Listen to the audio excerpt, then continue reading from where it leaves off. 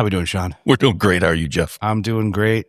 I'm so glad to have you as the first guest in the new studio. It's beautiful. It's awesome. I'm really excited to be able to use this place here for some great content and to provide a lot of value to all of those out there that they don't ask the questions out loud that they have in their heads. No, they don't. They just wander around with them, stewing on them, just mulling them.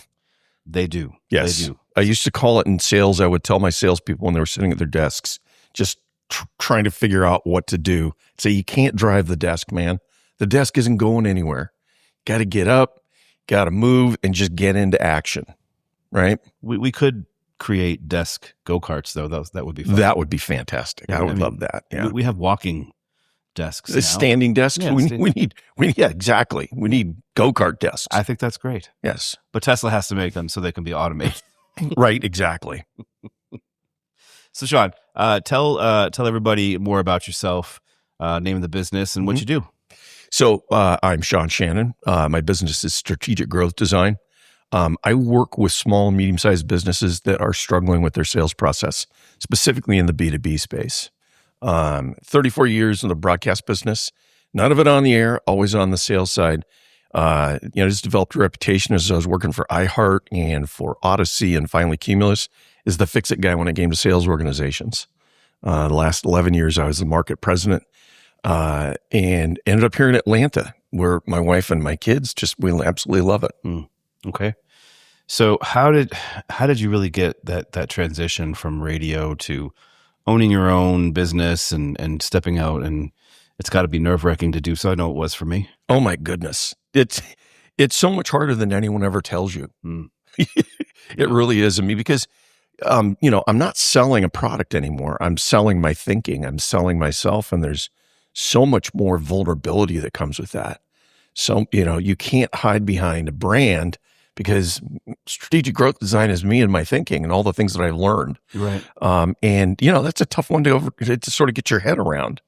And I think anybody that's in any sort of service-based company that they're founding, listen, I've heard every other person that's out there doing things like what we're doing say the same thing. Yeah, it is very difficult. Been on my own for 18 years, and there are still times where you wake up and you go, what am I doing?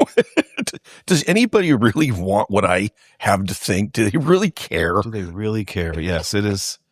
I used to love roller coasters. Now, not so much because I live it every single day. Absolutely.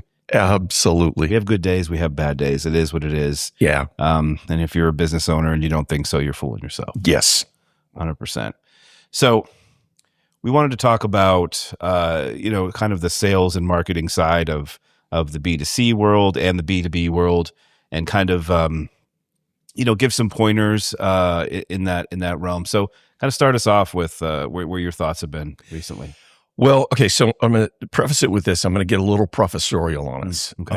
I started teaching at the University of Washington back in 2010. I teach at the University of North Georgia, Intro to Marketing, Intro to Professional Sales.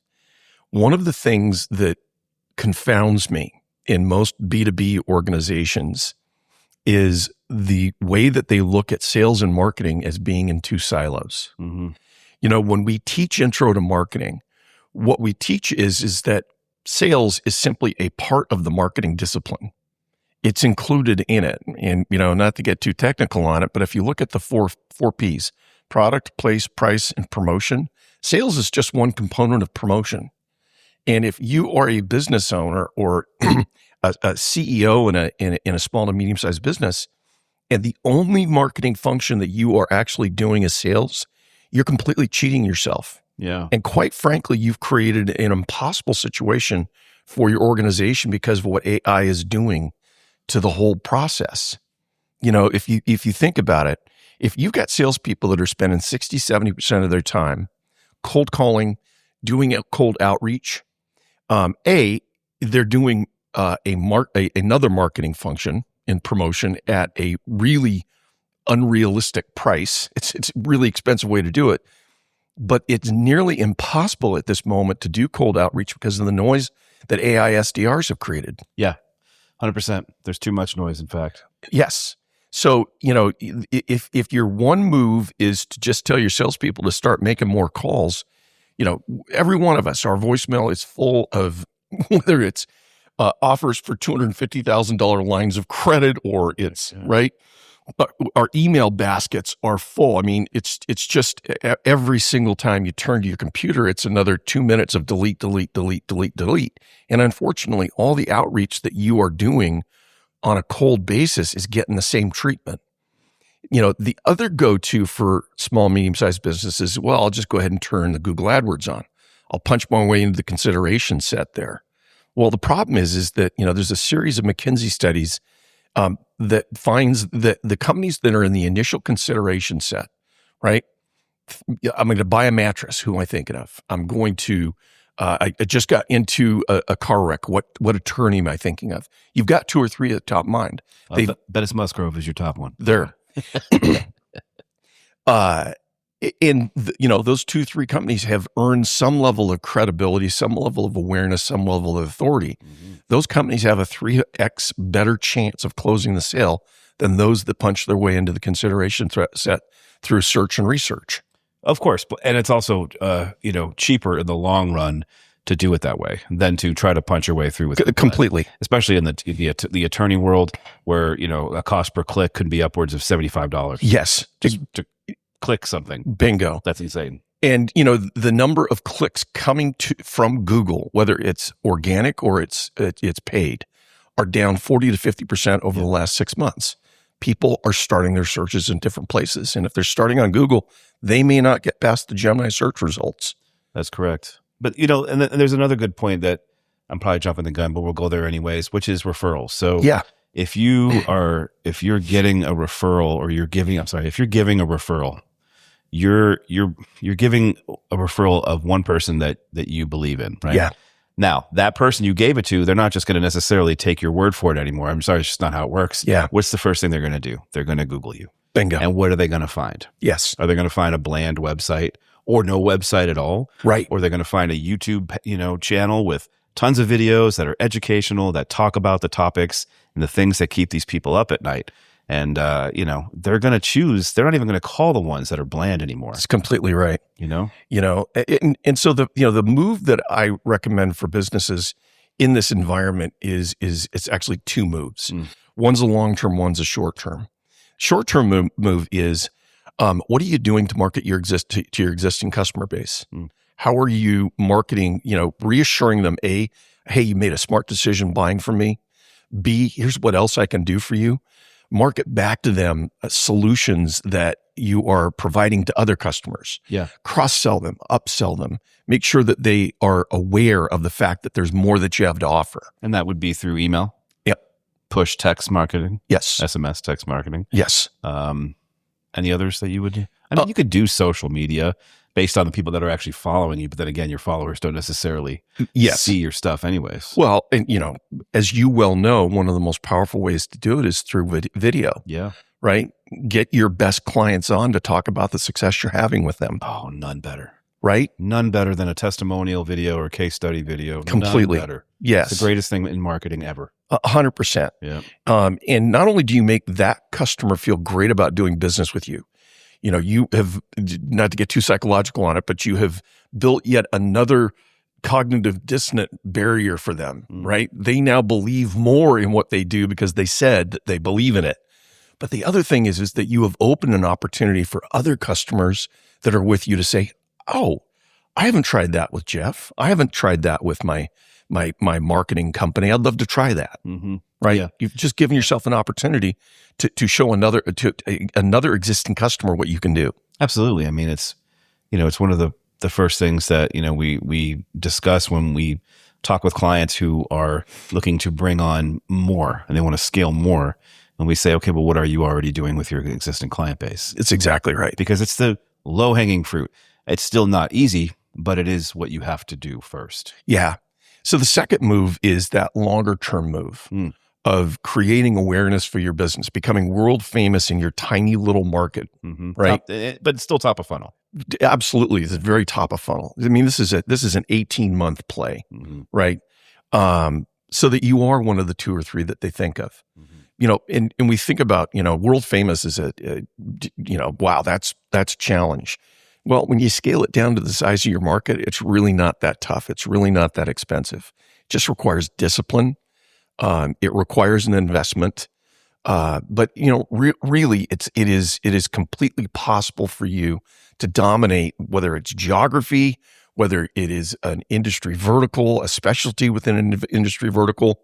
Decide that one thing that you want to become world famous for, and then begin to build content around it. And again, all of that content that you're building is everything that the large language models are looking for when they're scraping to find it. So you sit down, you do a podcast like this, you hire somebody great like Jeff Evans to come in, edit it down into bite-sized chunks, into long-form chunks, and then scrape the transcript and build blog posts out of it. You bet. Build email campaigns out of it. Repurpose it over and over and over and over. I had an old boss who used to say, never give the same speech once, right? If you find a message that resonates, say it over and over and over and over again. And that's the beauty of what technology has made possible for us. You brought up a fear or a kind of a pushback from a lot of potential clients, which is, well, how long do I really have to do this? I only have so much to say. Oh, yeah. Okay. Well, you have a lot more to say than you think you do. And if you get a professional interviewer, somebody like my friend, to ask great questions, man, think about all the stuff that you've forgotten. Oh yeah. Right. Yeah. As you work through your day, it's there's implicit and explicit memory, right? Implicit memory are all those things that have become automatic to us. There is, just probably 4 years worth of content sitting in every single one of us that's got a little gray hair that we have just sort of pushed down and think, oh, everybody knows this. Absolutely not. They don't know this. No, they don't. They don't. But also, just because you talk about something all of the time doesn't mean you should stop talking about that. That's exactly right. And you're bored with the message. So in selling advertising, I would sit with a client, we'd work on their campaign. We'd figure out what their value proposition was. I love this Peter Drucker quote where he said, the vast majority of businesses have no idea what their customers are buying. They know what they're selling to them, but they don't know what motivates the purchase. So we would sit with these clients and we would, give them a consumer-facing perspective on what it was that they were doing that was of value, then build an entire campaign around it. Yeah. Right? Well, we'd start running that ad, and guess what? The owner of that business was listening to the station all the time. And, first they'd say, I can't hear my commercial. Right? It's never on when I'm listening. Well, I'm sorry, there's 24 hours in a day. There are 2 stop sets every hour. But you get 3 months into it, now they're hearing it, and they're hearing it, and they're hearing it, and they're bored with it. And I would say to them, no. They'd say, we need to change the copy. I'd say, absolutely not. The moment that you have gotten bored with it as an attuned listener is the moment that maybe, just maybe 25% of the market has become aware that you're advertising at all. You got to run that thing over and over. You got to run it into the ground. Yes, you do. Right? Who's your friend of the diamond business? Tom Shane. Yeah, Shane. Right. Yep. Do you think that there's really any difference in a Tom Shane ad from 25 years ago to today? No. Absolutely not. Or Mark Spain, for crying out loud. Absolutely. Holy smokes. And good on him. And I've met Mark Spain, wonderful man, and a really smart marketer. Oh yeah. No doubt about that. Yeah. He took the Billboard game, which I was like, this is ridiculous. But he took it to a whole other level because he was already so successful. Why not? Right. Exactly. And now you have copycats. Well, and the thing about billboards is that if you've got the budget, it's still the one mass reach medium. One of the big changes that's occurred out there is that we don't have a cohesive, large audience vehicle anymore. When I started back in 1989, if you were a national brand like Coca-Cola, you could reach 65 to 70% of the population every single night by buying 3 networks. Yeah. Right? Sure. And it is fragmented. Well, yeah. Right? Yeah. But the problem that we have, you can still find that audience, but you've got to go to 1,000 different places to collate it all together. Yeah, you have to be aggregate. omnipresent, right? Yes. That's the big term that everyone uses, and for good reason. I think a good billboard strategy is just as good as your online strategy. Oh, 100%. So billboards are subconscious after a while. They are. And if you've got enough money, you can reach 60 to 70% of the population every day because we're all in our cars. And there are plenty of billboards around Atlanta. Well, there certainly are. And most of them are personal injury. Yes, they are. Which is really funny. But they know what they're doing in that regard. But again, it's like, oh, I saw this ad on the highway and I don't remember. And then the next thing you know, you see it on your Facebook feed. You go, oh, there it is. Yes. And again, that's omnipresent. You just have to be there. Yes. Because we're all addicted to our phones. So the question that I think, if I were sitting listening to this podcast, I would be asking is, well, I don't have the budget for outdoor. I don't have that big a budget. Yeah. I can't create that omnipresence. What is it that is going to break through for me? Yeah. And my personal, and I could be completely wrong, but I like to work theories, and they change as the environment around me changes. One theory I have right now is that in this moment in time, authenticity is the true currency in marketing. 100%. And it's going to be forever because of AI. 100%. Yes. Right? Yeah. The more you can get your face in front of your audience, the more you can get your face in front of your customers, the more success you're going to have. I think trade shows are coming back for that very reason, right? We are thirsting for human connection. Well, that and the fact that COVID killed them and then people just needed them again. Yeah. It makes perfect sense. I think that for me, and, because of what I do, the majority of businesses would do well for themselves to have a YouTube channel and get on camera. 100%. And if you don't want to be on camera yourself and you're the business owner, then find someone who is a higher up in your company. Yeah. Not a social media girl. Right. For the love of God, don't do that. And have them be the face then for your YouTube channel. Fine. And one other piece of advice that I have for everyone, which is stop the dance videos. Oh my gosh. No one thinks you're funny and it's not okay. And it's a hot take. Fine. Hot take. But I can't stand it when I open. No. If you're an attorney and you're doing a dance, you lost me completely. It's over, done. Right. I mean, where's the credibility there? I'll take a hot take on this one. If you're an owner and you want to be on camera, get over your bad self. Well, that's also true. I've always heard Gary Vee and some others say, well, if you don't want to be on camera, then use the written word or use audio. And I say, no. Yeah. No. Right. You've got to put your face out there. You're the expert. Who knows your business better than you do? No one. Right? And if there is somebody in your office that knows your business better than you, good, put them on camera.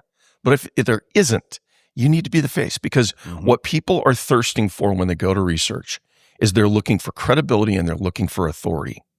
And, the very best person to put that authoritative word, not around your business, but around the problem that you solve, what you see in the world, man, the owner is the person. They are the person. And if you insist on doing blog posts, do them for an SEO reason only. Yeah. Which again is search engine optimization. And yes, it still actually works. Even with large language models, it's a lot of the same things, guys. We're answering questions. Yeah. And those FAQs and all that. It's what becomes part of your LLM SEO, if you will, your AEO or GEO, whatever LLM EO, EIEIO. That's right. But the reality is that if you put the proper work into your SEO, in other words, you create rich enough content that it's going to get Google's attention. It's also going to get the large language model's attention. The days of being able to type in a bunch of locations and a bunch of keywords into your website, I'm sorry, that may still work for Google. It doesn't work for the large language models. But if you have a robust FAQ section, if you have a bevy of white papers that are available for download, A, you're providing value to your potential customers, and B, you're feeding what the large language models are looking for. And they are looking at videos as well. So they are. YouTube, specifically YouTube, they are crawling these videos. So you have to make sure you have really good descriptions on your videos, great titles, great packaging. Packaging is the titles and the thumbnail. So yes. The thumbnail's got to look great because, Chat GPT alone will pull in the thumbnail so that you can see it actually what it looks like. Same thing when you search on Google, it'll pull all of that up as well. It's all so important to have all that stuff, but none of that's necessarily new. It's just we have to explain that, because everyone thinks, well, yes, you can build an LLM.txt file, which I have for all my websites that I've done. It's part of the SEO process now. Yeah. And it's a little bit of a hint, but it's not going to really help you rank within those large language models like Claude or Gemini or Chat, any of those. But the reality is it's now table stakes. Yeah, 100%. It's table stakes. So, if you're not getting serious about making that second move, about becoming world famous in your small target market, then you're making your salespeople's job 100 times more difficult. Sean, it's crazy that we're saying this, because it's been said for years in the past, the exact same thing. Yes. And it's becoming more and more true, but there's still time. Like, that's the crazy part. Yeah. Like, okay, now keep in mind, LinkedIn's algorithm is trash right now. And a lot of the other algorithms are kind of odd. TikTok's algorithm is very odd right now since it got bought out by the Americans, if you will. But Facebook and Instagram Reels are doing great. Thousands of views. Like, it's really pushing out, doing wonderful. YouTube's got some weird quirks happening right now as well, from what I see with all of my clients. I mean, it doesn't necessarily matter. You still have the time to get on board and start doing it now. No, without question. The interesting part to me is that here we are in a hyper digital age, and what works is analog, right? What really works is analog. What we are all thirsting for is to be face to face physically. And, all of the solutions that we would have recommended in 1990 are still the same solutions at their core. Yes and no. Yes. I would say that is more prevalent in the B2B world. Yeah. So let's pivot more into that. Well, actually, we've kind of been in the B2B world. We've been in the B2B world. We've been in the B2B world. It's time to go B2C. Yes. But I do, referrals, obviously, within the B2B world are still the bread and butter of any professional service provider specifically. 100%. And again, go create videos. Yes. It helps the referral process. And oh, by the way, ask your best clients for references. Absolutely. Ask them for referrals. Don't be stupid. At least once a month. Exactly. I mean, at least once a month. And I'm a little behind on that myself, but as I'm saying it, I'm like, you fool. It's you fool. But yes, of course, you should be doing that. It's so funny. We get so tied up in our work that we forget to do the easy stuff. Yes. It's well, and again, it's automaticity. We forget to do it. Yeah. Right? Yeah. Yeah. Okay. So B2C. Yes. Which stands for business to consumer. Yes. Yes. So, for example, a personal injury attorney, you are in the B2C space, which is crowded, very incredibly crowded.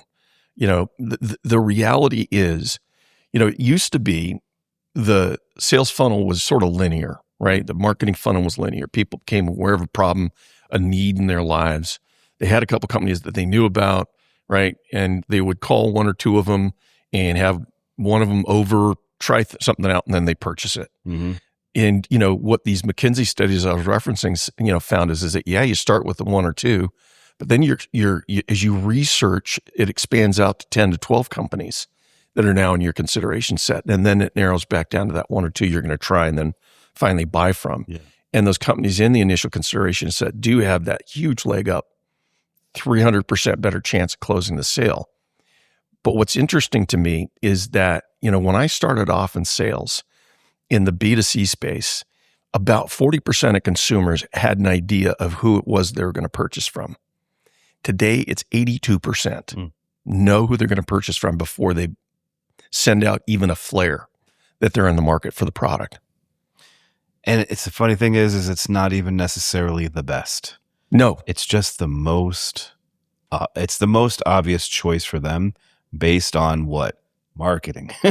Based on being omnipresent, based on all of the content and all of the video and all of the commercials and all of the billboards and even mailers, for crying out loud, have made a comeback. Yeah. And the sad part is that in some respects, well, it's a fairly predictable trend in terms of industries, right? There is an innovation and product lifestyle adoption curve that occurs.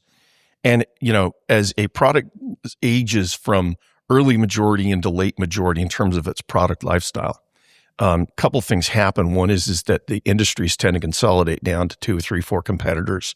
The second thing is that the entire market commoditizes. There is really no way. If you think about value equals benefit minus cost. What benefit am I purchasing? At what costs am I incurring? Cost can be money, it can be time, it can be reputation, all sorts of different costs that need to be, included in it. Yeah. But when a product gets to a point of maturity where there really aren't any points of differentiation, the value equation really comes then down to cost. Who can provide it to me at the lowest cost? Look at insurance, right? I'm sorry, insurance is a commodity. Maybe there's a fantastic insurance company out there that's worth more than what I'm currently paying, but I'm not aware of it. Mm-hmm. And so what is the move that Allstate, State Farm, Geico, Progressive, USAA, Liberty Mutual, they run multiple campaigns at multiple different targets simply to make sure that they are the last person, the last company that you heard of when it finally comes to a point where A, your insurance rates went up, B, they dropped your homeowner's coverage because of the neighborhood you lived in, or right? Who am I going to go to? And that's the whole game that Progressive and Geico are playing. That's true. Not a huge fan of State Farm, but State Farm and a few others, what they've done with the character of Jake, mm-hmm. and that kind of thing, having the entertainment aspect, the humor, but also somebody actually going, hey, I can relate to that person, right? And that's where they do an okay job, but that's where people that we work with that are a little bit smaller than that, middle market and lower, where they have a much better and much more competitive advantage, which is telling your story. So if you're in a commoditized market, how do you stand out? Yeah. It's not, you can't fight Amazon. Right. Right. So how in the world do you do it? Storytelling. Yes. Like getting people to buy based on emotion. Okay. So the insurance company that is doing the best job with that right now is Farmers. Farmers, we are Farmers. Bum, ba-dum, bum, bum, bum, bum. Every one of those J.K. Simmons, recognizable face, I trust him, but they're telling stories. They're telling stories of something that happened. Yeah. And the tagline is almost invisible, right? We know a thing or two because we've seen a thing or two, right? Communicating through the power of story that this is a company that when things go wrong, they're going to stand by you. Mm-hmm. They're going to be with you. Which is probably why it's Farmers and not the other one. That's exactly right. Oh man, that's funny. But again, it comes down to storytelling. Yes. And the easiest way, I think, because somebody's like, okay, well, how in the world do I tell stories like that? This is the easiest medium right here, guys. It's doing a video podcast because you're able to just sit down and chat, and it's not live. And if I say anything stupid, I'll cut it. You cut it. Yeah, whatever. Who cares? I mean, you've already cut 15 minutes of what we said. I know. I have. mostly from what Sean said. No, exactly. But again, it's like, you get on and you start just talking. We don't have any notes today. We don't need notes. We have plenty to talk about. That's for sure. That's exactly right. And it could be both of our handsome haircuts that we both got. I got one today. I got one yesterday. Yes. Shelby Foster Design. Nice. I went to a lady named Svetlana from the Ukraine, and she scared me. Did she? Yes, she scared me. God bless you. But you scared me. Was she a little rough? A little. Some of the stories, bro. Oh. Yeah. I'm like, whoa, okay. Yeah. Yeah. All right. Yeah. Don't stab me with the scissors. Mm-mm. Doing the straight razor stuff. I'm like, oh, Lord. That's hilarious. Gentleman's Barbershop. Great place. Free plug for you there. There you go. But no, I mean, when you're able to get on camera with somebody in your company or somebody that's, not a competitor, but like adjacent niche, and just start talking, having conversations, this becomes such an easier thing to do. And it's almost never about the long form, which is the full video. Yeah. It's almost never about that. It's about the shorts that come afterwards. Completely. It's all of the little clips that you're able to take. And here's some insider information for you. You're going to get thousands and thousands of views on these clips, but not that much compared to the long form, right? Yeah. So the long form will never outplay the shorts, at least not in a business video podcast. We're not Joe Rogan. No, we're not. We're not smartless. No. Right. Well, we are smartless, but smart less. yes. But yeah, you're exactly right. And by the way, so selling air for a living, right? I was selling time, 60s, 30s, 15s. I would have clients ask me, what's the right length for my business? And I would say, the shortest length that you can adequately and effectively tell your story. So if you're, like I had some clients with some really complex businesses that they were trying to present. I'm sorry, we needed a 60 to tell the story, right? We had to say, this is what the problem is, and here's what our solution is, and here's why you should trust us, right? I'm sorry, that's a 60. Where you can tell the story where the problem's really obvious. Now I can munch that thing down to a 30 or a 15. And if I can get it to a 5 or a 2, even better. And people would say, well, how do you, what's a 2-second ad look like? And I'd say, ba-da-ba-ba-ba. Yep. Right? So the shortest amount of time, that's the beauty of the shorts, is that the 15s are going to look so much smarter than the 30s than are the 60s. Yeah, let me take a swing at that one. So I got a story. So client, we do a lot of shorts. These are scripted shorts from one of the partners. He's a little snarky, so they're really great. We did a whole bunch, okay? 2 different partners. The shortest one is a 15-second short, okay? It has gotten over now 10,000 views. Wow. Based on all the platforms that we're running it on, which is way more than any of the other ones, right? And started thinking about, well, why is that? Well, a lot of these platforms reward watching it multiple times. Yes. And so when it's 15 seconds, they're like, wait, did I miss some of it? Because people are what? They're used to 30. They're used to 60. So when you get those 15 and you can get it to where it's not it's just a talking head, they don't know if they're watching it a second time or not. So our viewership went boom. Right. And that had to be it, because it's not any greater or different. The hook wasn't that much better. It was just time. Yes. And it's funny because commercials, like you said, radio were 15, 30, and 60. And what are shorts? 15, 30, and 60. I mean, you can go past 60 now, of course, but that's really what they were. And it's funny that it's still parallel. It is. Nothing changes. And quite frankly, you delight a customer with a 15. Yeah. Right? Because they have an expectation that's going to be longer than that. And you have just given them the gift of time. It's a good point. And yeah, and that's as a marketer, that's a good thing to test, is to do a lot more of these 15-second shorts and reels and see if that increases viewership. Yeah, absolutely. But the problem is, it's harder. Yeah. Ernest that Ernest Hemingway quote. I'm sorry, or was it Mark Twain? I'm sorry I didn't write you a shorter letter. I didn't have enough time. Right? It takes time to shorten things down to their essence. It requires craftsmanship to get it just right. And really good, tight editing. Yes. Because we all pause when we speak. Why, yes, we do. But when you're doing a reel, man, it's got to be like this.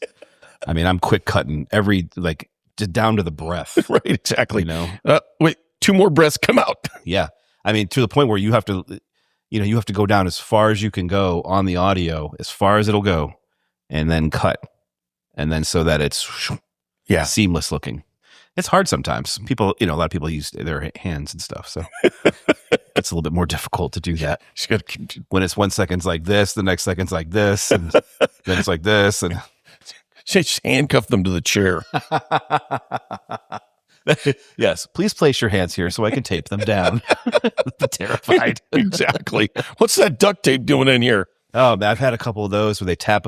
We use the tabletop mic stand sometimes, and they'll be pounding on the table to drive a point home, and I'm like, thanks, man. This is going to be great to edit off after the fact. No kidding, right? Oh, But again, AI has done a wonderful job of figuring that out for me. So I can get rid of a lot. It's amazing. Listen, if you're not in Claude Cowork, you are cheating yourself. I would say so. Look, at a bare minimum, you should be using Claude as the LLM of choice.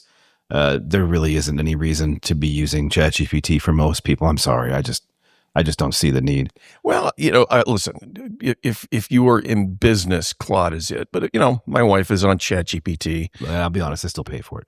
But that's because I have so much in there. Yeah. I've invested so much time. I refuse to stop paying the $20 a month for it.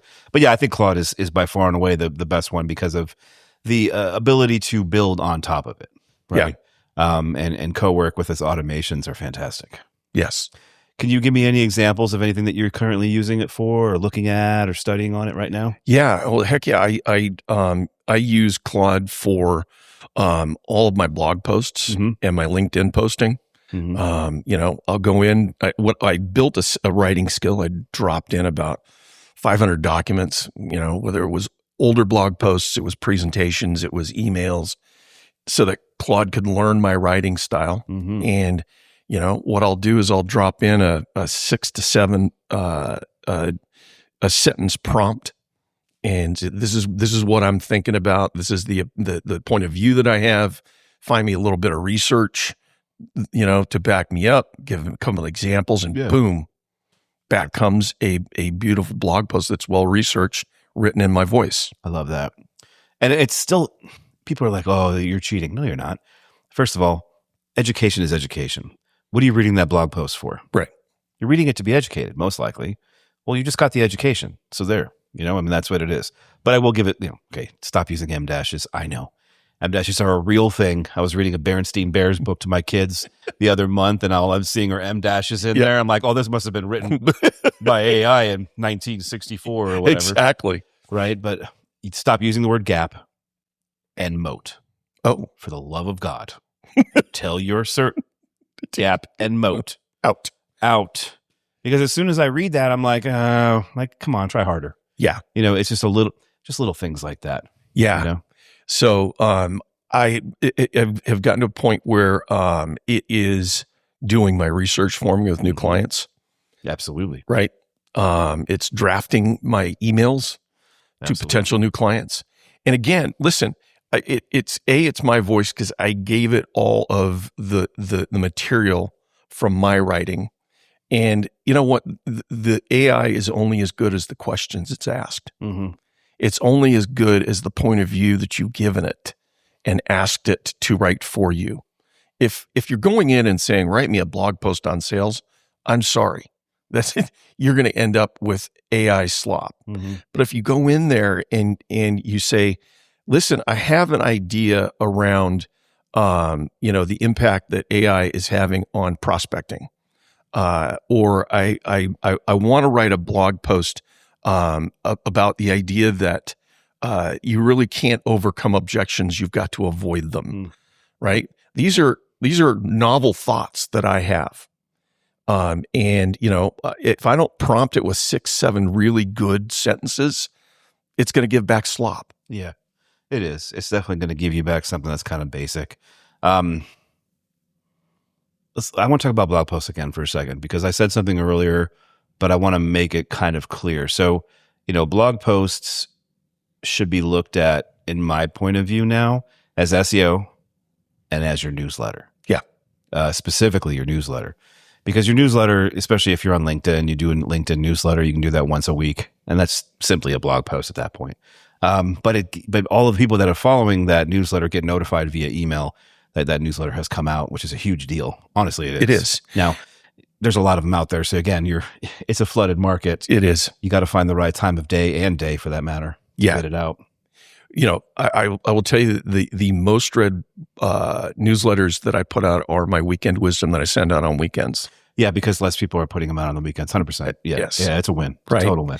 The other thing Don't too. do that. Yeah, exactly. To once again pimp you. The beauty of doing video is, and if you're doing it on a regular cadence, again, you can pull the transcript, feed it into Claude, and say, "Hey, turn this into 4 blog posts for me." 100%, and give it, I mean, I certainly do that for my clients, the ones that, we have that as part of their service line, because it is very valuable. But when I'm doing scripted work, we're already doing that based on the scripts ahead of time, right? But when you're doing video podcasts, that becomes even more important because you have to get the transcript from this. This is all off the cuff. Again, there's no notes, there's no nothing. This is just straight from knowledge. So once this episode is done and edited, I will send you the text file or the SRT file, whatever, and you'll be able to then create what you need to create from it. I'll be able to create what I need to create from it, and so on. So, that's where the true magic and value is from that. So is Claude Cowork kind of your main thing right now? 100%. Cool. Yes. And like you, I still have my ChatGPT account because I have just a ton of research that I've done in it. I have Perplexity too. I'm stupid, but anyways, I'm paying $60 a month just for the 3 different ones. I'm almost ready to go with the 200 max plan. Because I use Claude Code. I use the terminal to work with all of it because I wanted to get nerdy, and sometimes it scares me. Does it? What scares you? It suggests things to me that I never asked for. I built a brain for it. Right. I learned how to do this. I watched a YouTube video. I'm not that smart. But I built this brain using another piece of software called Obsidian. And so Obsidian is in the cloud, but all of my stuff from Claude Code also goes there, but it also sits on my desktop as well. And so it knows me without a doubt. It's seen everything that's on my computer. We've had a lot of I work with it all day long. And there have been a few times where it has suggested different ways of doing something, and I never prompted it to do any of that kind of stuff. That's interesting. And I'm like, whoa.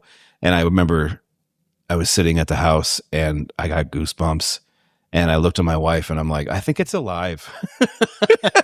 This isn't the same thing we were told. Because if you remember when ChatGPT came out, and for the most part, how some of those still are, is that they crawled the entire web of all of the information. Yep. And so anything you're getting is literally regurgitated from other sources, right? That was ChatGPT when it first came out. That is not what's going on now. Not with Claude Code at all. And so I don't have to prompt that much because, again, the brain, it knows all of this stuff. I don't have to prompt all that much. It knows my clients based on the work that we've done together. And this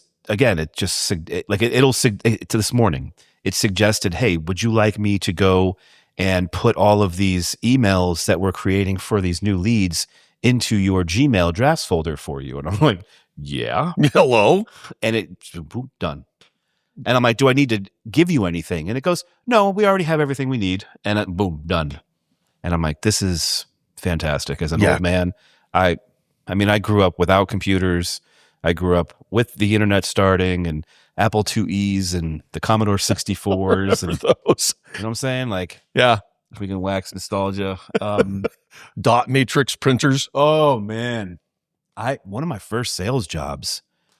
Oh, it was my first sales job. I was doing office supplies before the Office came out. So it wasn't that cool. It's still not that cool. What am I saying? Yes.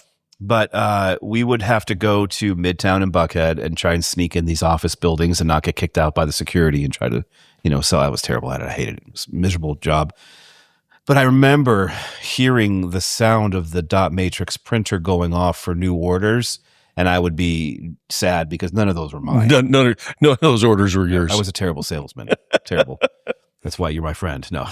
But anyway, so I remember that, having nightmares over hearing that dot matrix printer going, oh, just gives you that feeling of dread. Dread. That Tom did a really great job of selling, and Jeff did not. Tom was willing to wait till the receptionist went to the bathroom. Pretty much. And then just booked it in there and sold to the back. It was all attorneys. Yeah. I mean, King and Spalding building specifically. Mm-hmm. That was like the Mecca where everybody's trying to get in those big law firms. Yeah. The amount of paper that you could sell them. Completely. It's a little different now. It totally is. A little different. It totally is. I was using Claude to write a pretty complicated blog post about a month and a half ago. It was I watched a documentary on the Washington Post and the Pentagon Papers, and just became really sort of interested in this idea of the importance of that our intentions are oftentimes more important than what our hoped for outcomes are. And, here you've got these guys at the Washington Post, and they're going to print the Pentagon Papers. The federal government has already sued and gotten an injunction against the New York Times. The Washington Post is sitting on the very same set of documents, and their attorneys are saying, do not publish them. We could lose the company. Katharine Graham is about ready to take the Washington Post company public. They own Newsweek. They own TV stations in DC. They own the Post. I mean, it was a big deal. And oh, by the way, you go public, and now the SEC, another federal oversight, organization. And yet, as Katharine Graham, came to the decision with Tom Bradley, I can't. I'm losing my mind here. I believe it was Tom Bradley. Anyway, as she came to the decision with her editor in chief, the decision was that the purpose for the Washington Post is to provide the public with the information that it needed to make wise decisions.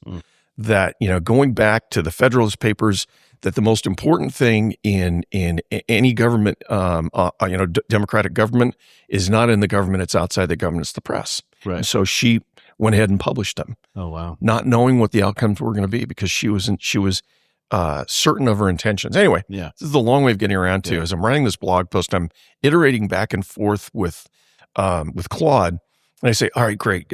If you could, Claude, tie this up into a neat bow. And, think. 30 seconds later, comes back and says, Sean, you need to do this based on the instructions you gave me. You're the only one that can bring this one home.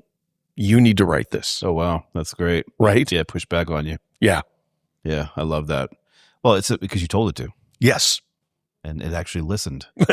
Yes. For now. For now.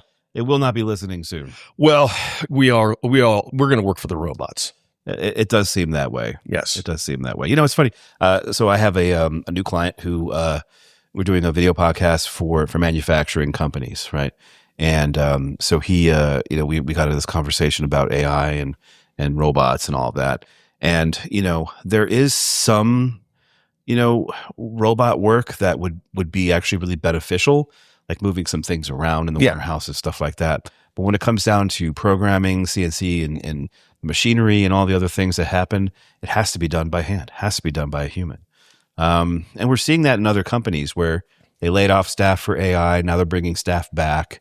There are other companies like Meta, where Zuckerberg got caught on audio talking about how his people are the smartest people out there, which was a dig to the rest of us.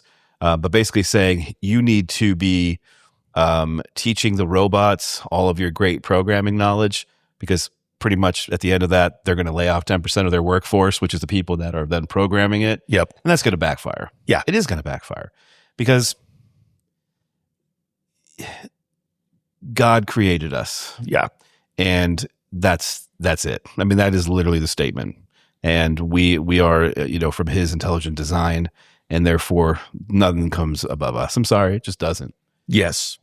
Here's an interesting thought is our value is inherent. It is inherent based on the fingerprint of that which created us. Mm-hmm. And what is interesting to me is that we are in a moment in time when we really don't have much to do. We don't have as much to prove. And is it possible that AI is going to provide us with an opportunity to finally understand that our value is not based in anything we do? Yeah. Oh, yeah. 100%. Right. But in the meantime, it's fun playing with it. It is. It's certainly helping all of our businesses grow. It's giving me opportunities that I didn't have, and it keeps my costs way down. Totally. Right. Way down. And because of that, I'm grateful for the opportunity right now that we have in this crazy world that we're in. And those that aren't taking advantage of it, I suggest you do it. Yes. Just like video, it's not too late. It just isn't. It's just not too late. Yeah. Everything's it's constantly changing. Just a few months ago, we started to be able to create motion graphics through Claude Code. I don't have to use any kind of Adobe product ever again. Yeah. And it's done in 25 minutes instead of 4 hours. Isn't that crazy? And it looks good.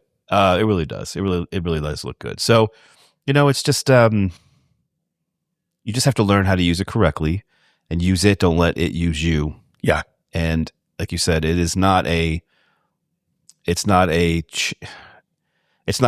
cheap knockoff of who you are, right? So you just got to be you. Exactly. And again, the best way to be you is to be on camera, to create content, be purposeful, and use it while you can. Love it. Yeah. Well, I think that was a good kind of segue to kind of end this episode. I had a lot of fun. I think we're going to do more of these. I hope so. Because I can talk about this all of the time. But before we go, I would like people to know where they could find you and what type of referrals are good for you. Good. So strategicgrowthdesign.com is my website. Okay. It's designed by a really smart web designer. Man, what a great dude. Great dude. Great dude. Business coaches are great referrals for me. I get into the weeds in fixing things that business coach, they understand what I do. They could probably do what I do, but they don't want to do it, right? They don't want to get into the weeds of, hey, let's build a 3-year sales forecast. Let me get in there and build, let me codify your pipeline for you. Let me work on your value proposition. Let me make sure that your ICP matches up to it, all of that stuff. Yeah. So business coaches are great because they walk in, they say, sales problem. Mm-hmm. Here, I got a guy. Okay, awesome. And for me, it's jvincentcreative.com. Great referrals for me right now are attorneys, financial advisors, and EOS implementers. Love it. Love them. Kind of like business coaches in a way. Business coaches are good too. There's no doubt about that. Yeah. They can really help a lot of great people out there, those that are actually doing good work. And there are plenty of those that are. But in the meantime, Jeff Evans, Sean Shannon, great to see you. And we'll talk again soon. Absolutely.